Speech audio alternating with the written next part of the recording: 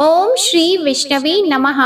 आज गुरुवार है। गुरुवार का दिन भगवान विष्णु और बृहस्पति देव को समर्पित होता है। इस दिन भगवान विष्णु और बृहस्पति देव की विधि विधान से पूजा और व्रत रखने से भक्त की सभी मनोकामनाएं पूर्ण होती हैं। तो आइए आज आप सुनिए बृहस्पति देव की व्रत कथा और आरती। भारतवर्ष में एक प्रतापी और दानी राजा राज्य करता था। वह नित्य गरीबों और ब्राह्मणों की सहायता करता था। यह बात उसकी रानी को अच्छी नहीं लगती थी। वह न ही गरीबों को दान देती, न ही भगवान का पूजन करती थी और राजा को भी दान देने से मना किया करती थी। एक दिन राजा शिकार खेलने वन को गए हुए थे, तो रानी महल में अकेली थी। उसी समय बृहस्पति देव साधु वेश में राजा के महल में भिक्षा लेने के लिए गए और भिक्षा मांगी, तो रानी ने भिक्षा देने से इनकार कर दिया और कहा, हे साधु महाराज, मैं तो दान पुण्य से तंग आ गई हूँ। मेरा पति सारा धन लुटाते रहते हैं। मेरी इच्छा है कि हमारा धन नष्ट हो जाए, फिर न रहेगा बांस, न बजेगी बांसुरी। साधु ने कहा, देवी तुम तो बड़ी विचित्र हो। धन संतान तो सभी चाहते हैं, पुत्र और लक्ष्मी तो पापी के घर भी होने चाहिए। यदि तुम्हारे पास अधिक धन है तो भूखों को भोजन दो, प्यासों के लिए प्याऊ बनवाओ, मुसाफिरों के लिए धर्मशालाएं खुलवाओ। जो निर्धन अपनी कुंवारी कन्याओं का विवाह नहीं कर सकते, उनका विवाह करा दो। ऐसे और कई काम हैं जिनके करने से तुम्हारा यश लोक और परलोक में फैलेगा। परंतु रानी पर उपदेश का कोई प्रभाव नहीं पड़ा। वह बोली, महाराज आप मुझे कुछ न समझाएं। मैं ऐसा धन नहीं चाहती जो हर जगह बांटती फिरूं। साधु ने उत्तर दिया, यदि तुम्हारी ऐसी इच्छा है तो तथास्तु। तुम ऐसा करना कि बृहस्पतिवार को घर लीपकर पीली मिट्टी से अपना सिर धोकर स्नान करना, भट्टी चढ़ाकर कपड़े धोना। ऐसा करने से आपका सारा धन नष्ट हो जाएगा। इतना कहकर वह साधु महाराज वहाँ से आलोक हो गए और साधु के अनुसार कई बातों को पूरा करते हुए रानी को केवल 3 बृहस्पतिवार ही बीते थे कि उसकी समस्त धन संपत्ति नष्ट हो गई। भोजन के लिए राजा का परिवार तरसने लगा। तब एक दिन राजा ने रानी से बोला कि हे रानी, तुम यहीं रहो, मैं दूसरे देश को जाता हूँ, क्योंकि यहाँ पर सभी लोग मुझे जानते हैं, इसलिए मैं कोई छोटा कार्य नहीं कर सकता। ऐसा कहकर राजा परदेश चला गया। वहाँ वह जंगल से लकड़ी काट कर लाता और शहर में बेचता था। इस तरह वह अपना जीवन व्यतीत करने लगा। इधर राजा के परदेश जाते ही रानी और दासी दुखी रहने लगी। एक बार जब रानी और दासी को 7 दिन तक बिना भोजन के रहना पड़ा, तो रानी ने अपनी दासी से कहा, हे दासी, पास ही के नगर में मेरी बहन रहती है, वह बड़ी धनवान है। तू उसके पास जा और कुछ लेकर आ, ताकि थोड़ा बहुत गुजार बसर हो सके। रानी दासी की बहन के पास गई। उस दिन गुरुवार था और रानी की बहन उस समय बृहस्पतिवार व्रत की कथा सुन रही थी। दासी ने रानी की बहन को अपनी रानी का संदेश दिया, लेकिन रानी की बड़ी बहन ने कोई उत्तर नहीं दिया। जब दासी को रानी की बहन से कोई उत्तर नहीं मिला, तो वह बहुत दुखी हुई और उसे क्रोध भी आया। दासी ने वापस आकर रानी को सारी बात बता दी। सुनकर रानी ने अपने भाग्य को कोसा। उधर रानी की बहन ने सोचा कि मेरी बहन की दासी आई थी, परंतु मैं उससे नहीं बोली, इससे वह बहुत दुखी हुई होगी। कथा सुनकर और पूजन समाप्त करके वह अपनी बहन के घर आई और कहने लगी, हे बहन, मैं बृहस्पतिवार का व्रत कर रही थी, तुम्हारी दासी मेरे घर आई थी, परंतु जब तक कथा होती है तब तक न तो उठते हैं और न ही बोलते हैं, इसलिए मैं नहीं बोली। कहो दासी क्यों गई थी? रानी बोली, बहन तुमसे क्या छिपाऊं, हमारे घर में खाने तक को अनाज नहीं था। ऐसा कहते कहते रानी की आंखें भर आई। उसने दासी समेत पिछले 7 दिनों से भूखे रहने तक की बात अपनी बहन को विस्तार पूर्वक सुना दी। रानी की बहन बोली, देखो बहन, भगवान बृहस्पति सबकी मनोकामना को पूर्ण करते हैं। देखो शायद तुम्हारे घर में अनाज रखा हो। पहले तो रानी को विश्वास नहीं हुआ, पर बहन के आग्रह करने पर उसने अपनी दासी को अंदर भेजा तो उसे सचमुच अनाज से भरा एक घड़ा मिल गया। यह देखकर दासी को बड़ी हैरानी हुई। दासी रानी से कहने लगी, हे रानी, जब हमको भोजन नहीं मिलता तो हम व्रत ही तो करते हैं, इसलिए क्यों न इनसे व्रत और कथा की विधि पूछ ली जाए ताकि हम भी व्रत कर सकें। तब रानी ने अपनी बहन से बृहस्पतिवार व्रत के बारे में पूछा। उसकी बहन ने बताया, बृहस्पतिवार के व्रत में चने की दाल और मुनक्का से विष्णु भगवान का केले की जड़ में पूजन करें तथा दीपक जलाएं, व्रत कथा सुने और पीला भोजन ही करें। इससे बृहस्पति देव प्रसन्न होते हैं। और व्रत और पूजन विधि बताकर रानी की बहन अपने घर को लौट गई। 7 दिन के बाद जब गुरुवार आया तो रानी और दासी ने व्रत रखा। घुड़साल में जाकर चना और गुड़ लेकर आई, फिर उससे केले की जड़ तथा विष्णु भगवान का पूजन किया। अब पीला भोजन कहाँ से आए, इस बात को लेकर दोनों बहुत दुखी थी। चूँकि उन्होंने व्रत रखा था, इसलिए बृहस्पति देव उनसे प्रसन्न थे। इसलिए वे एक साधारण व्यक्ति का रूप धारण करके 2 थालों में सुंदर पीला भोजन दासी को दे गए। भोजन पाकर दासी बहुत प्रसन्न हुई और फिर रानी के साथ मिलकर भोजन ग्रहण किया। उसके बाद वे सभी गुरुवार को व्रत और पूजन करने लगी। बृहस्पति भगवान की कृपा से उनके पास फिर से धन संपत्ति आ गई, परंतु रानी फिर से पहले की तरह आलस्य करने लगी। तब दासी बोली, देखो रानी, तुम पहले भी इस प्रकार आलस्य करती थी, तुम्हें धन रखने में कष्ट होता था, इस कारण सभी धन नष्ट हो गया, और अब जब भगवान बृहस्पति की कृपा से धन मिला है तो तुम्हें फिर से आलस्य होता है। रानी को समझाते हुए दासी कहती हैं कि बड़ी मुसीबतों के बाद हमने यह धन पाया है, इसलिए हमें दान पुण्य करना चाहिए, भूखे मनुष्यों को भोजन कराना चाहिए और धन को शुभ कार्यों में खर्च करना चाहिए, जिससे तुम्हारे कुल का यश बढ़ेगा, स्वर्ग की प्राप्ति होगी और पितृ प्रसन्न होंगे। दासी की बात मानकर रानी अपना धन शुभ कार्यों में खर्च करने लगी, जिससे पूरे नगर में उसका यश फैलने लगा। उधर एक दिन राजा दुखी होकर जंगल में एक पेड़ के नीचे आसन जमाकर बैठ गया। वह अपनी दशा को याद करके व्याकुल होने लगा। बृहस्पतिवार का दिन था। एकाएक उसने देखा कि निर्जन वन में एक साधु प्रकट हुए। वह साधु वेश में स्वयं बृहस्पति देवता थे। लकड़हारे के सामने आकर बोले, हे लकड़हारे, इस सुनसान जंगल में तू इतना चिंता मग्न क्यों बैठा है? लकड़हारे ने दोनों हाथ जोड़कर प्रणाम किया और उत्तर दिया, महात्मा जी, आप सब कुछ जानते हैं, मैं क्या कहूँ। यह कहकर रोने लगा और साधु को अपनी आत्म कथा सुनाई। महात्मा जी ने कहा, तुम्हारी स्त्री ने बृहस्पतिवार के दिन बृहस्पति भगवान का निरादर किया है, जिसके कारण रुष्ट होकर उन्होंने तुम्हारी यह दशा कर दी। अब तुम चिंता को दूर करके मेरे कहने पर चलो तो तुम्हारे सब कष्ट दूर हो जाएंगे और भगवान पहले से भी अधिक संपत्ति देंगे। तुम बृहस्पति के दिन कथा किया करो, 2 पैसे के चने मुनक्का लाकर उसका प्रसाद बनाओ और शुद्ध जल से लोटे में शक्कर मिलाकर अमृत तैयार करो।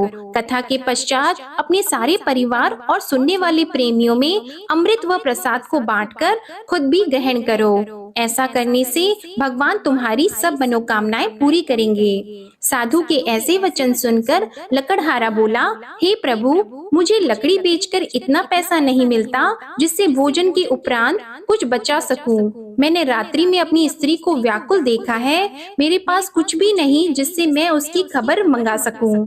साधु ने कहा, हे लकड़हारे, तुम किसी बात की चिंता मत करो। बृहस्पतिवार के दिन तुम रोजाना की तरह लकड़ियां लेकर शहर को जाओ। तुमको रोज से दुगुना धन प्राप्त होगा, जिससे तुम भली भांति भोजन कर लोगे और बृहस्पति देव की पूजा का सामान भी आ जाएगा। इतना कहकर साधु अंतर ध्यान हो गए। धीरे धीरे समय व्यतीत होने पर फिर वही बृहस्पतिवार का दिन आया।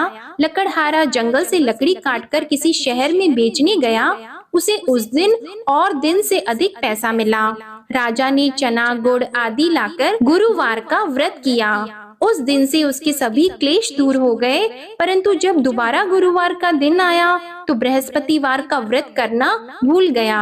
इस कारण बृहस्पति भगवान नाराज हो गए। उस दिन उस नगर के राजा ने विशाल यज्ञ का आयोजन किया था तथा शहर में ये घोषणा करा दी कि कोई भी मनुष्य अपने घर में भोजन न बनवाए, न आग जलाए। समस्त जनता मेरे यहाँ भोजन करने आए। इस आज्ञा को जो न मानेगा उसे फांसी की सजा दी जाएगी। इस तरह की घोषणा संपूर्ण नगर में करवा दी गई। राजा की आज्ञा के अनुसार शहर के सभी लोग भोजन करने गए, लेकिन लकड़हारा कुछ देर से पहुंचा, इसलिए राजा उसको अपने साथ घर लेके गए और ले जाकर भोजन करा रहे थे तो रानी की दृष्टि उस खूंटी पर पड़ी जिस पर उसका हार लटका हुआ था। वह वहाँ पर दिखाई नहीं दिया। रानी ने निश्चय किया कि मेरा हार इस मनुष्य ने चुरा लिया है। उसी समय सिपाहियों को बुलाकर उसको कारागार में डलवा दिया।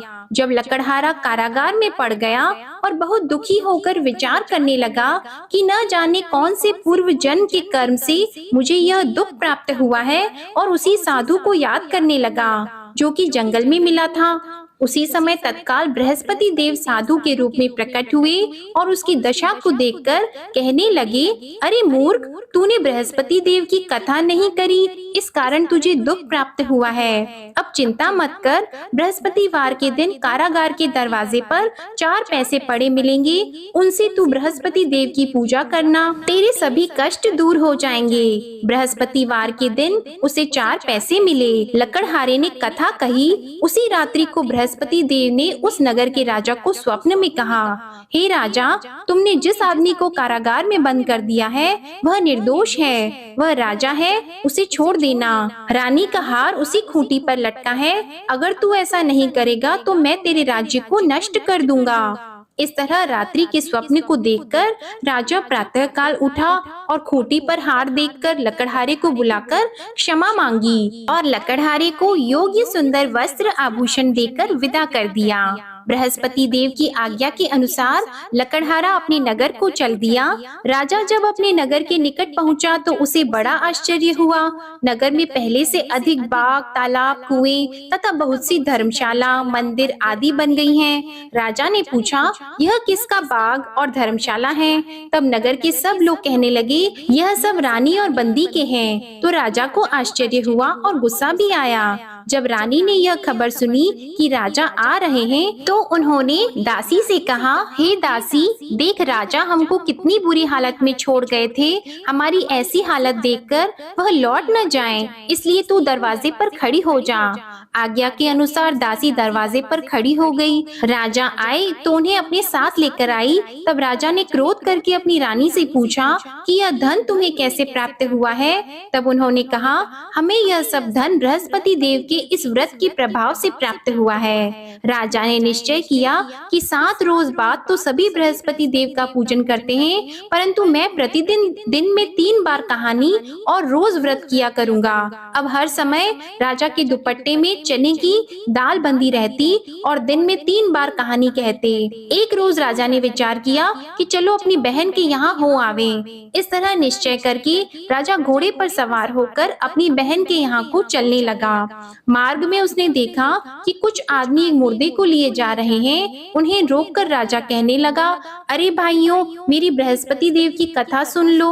वे बोले, लो हमारा तो आदमी मर गया है, इसको अपनी कथा की पड़ी है। परंतु कुछ आदमी बोले, अच्छा कहो, हम तुम्हारी कथा भी सुनेंगे। राजा ने दाल निकाली और जब कथा आधी हुई थी कि मुर्दा हिलने लग गया, और जब कथा समाप्त हो गई तो राम राम करके मनुष्य उठकर खड़ा हो गया। आगे मार्ग में उसे एक किसान खेत में हल चलाता मिला तो राजा ने उसे देखकर बोला, अरे भैया, तुम मेरी बृहस्पतिवार की कथा सुन लो।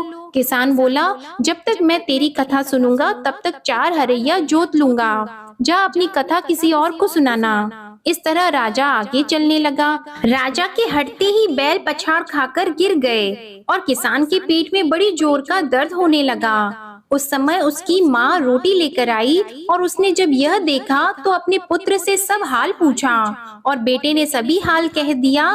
तो बुढ़िया दौड़ी दौड़ी उस घुड़सवार के पास गई और उससे बोली कि मैं तेरी कथा सुनूंगी, तू अपनी कथा मेरे खेत पर चलकर ही कहना। राजा ने बुढ़िया के खेत पर जाकर कथा कही, जिसके सुनते ही वह बैल उठकर खड़े हुए तथा किसान के पेट का दर्द भी बंद हो गया। राजा अपनी बहन के घर पहुंचा। बहन ने भाई की खूब मेहमानी की। दूसरे रोज प्रातः काल राजा जगा तो वह देखने लगा कि सब लोग भोजन कर रहे हैं। राजा ने अपनी बहन से कहा, ऐसा कोई मनुष्य है जिसने भोजन नहीं किया हो? मेरे बृहस्पतिवार की कथा सुन ले।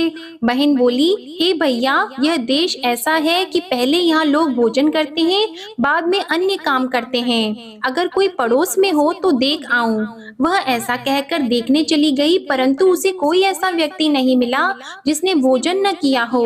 अतः वह एक कुम्हार के घर गई जिसका लड़का बीमार था। उसे मालूम हुआ कि उनके यहाँ 3 रोज से किसी ने भोजन नहीं किया है। रानी ने अपने भाई की कथा सुनने के लिए कुम्हार से कहा। वह तैयार हो गया। राजा ने जाकर बृहस्पतिवार की कथा कही, जिसको सुनकर उसका लड़का ठीक हो गया। अब तो राजा की प्रशंसा होने लगी। एक रोज राजा ने अपनी बहन से कहा कि हे बहन, हम अपने घर को जाएंगे, तुम भी तैयार हो जाओ। राजा की बहन ने अपनी सास से कहा तो सास ने कहा, हाँ चली जा, परंतु अपने लड़कों को मत ले जाना, क्योंकि तेरे भाई की कोई औलाद नहीं है। बहन ने अपने भैया से कहा, हे भैया, मैं तो चलूंगी पर कोई बालक नहीं चलेगा। तो राजा बोला, जब कोई बालक नहीं चलेगा तब तुम ही क्या करोगी? बड़े दुखी मन से राजा अपने नगर को लौट आया। राजा ने अपनी रानी से कहा, हम निर्वंशी हैं, हमारा मुंह देखने का धर्म नहीं है और कुछ भोजन आदि नहीं किया है। रानी बोली, हे प्रभु, बृहस्पति देव ने हमें सब कुछ दिया है, वह हमें औलाद अवश्य देंगे। उसी रात को बृहस्पति देव ने राजा से स्वप्न में कहा, हे राजा उठो, सभी सोच त्याग दो, तेरी रानी गर्भ से है। राजा को यह बात सुनकर बड़ी खुशी हुई। 9वें महीने में उसके गर्भ से एक सुंदर पुत्र पैदा हुआ।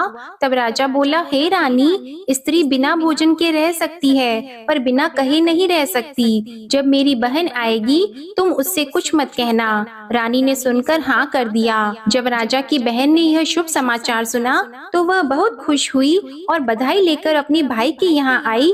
तभी रानी ने कहा, घोड़ा चढ़कर तो नहीं आई है, गधा चढ़कर आई है। राजा की बहन बोली, भाभी, मैं इस प्रकार न कहती तो तुम्हें औलाद कैसे मिलती? बृहस्पति देव ऐसे ही हैं, जैसी जिसके मन में कामनाएं हैं सभी को पूर्ण करते हैं। जो सद्भावना पूर्वक बृहस्पतिवार का व्रत करता है एवं कथा पढ़ता है अथवा सुनता है, दूसरों को सुनाता है, बृहस्पति देव उनकी सभी मनोकामनाएं पूर्ण करते हैं। प्रेम से बोल करें।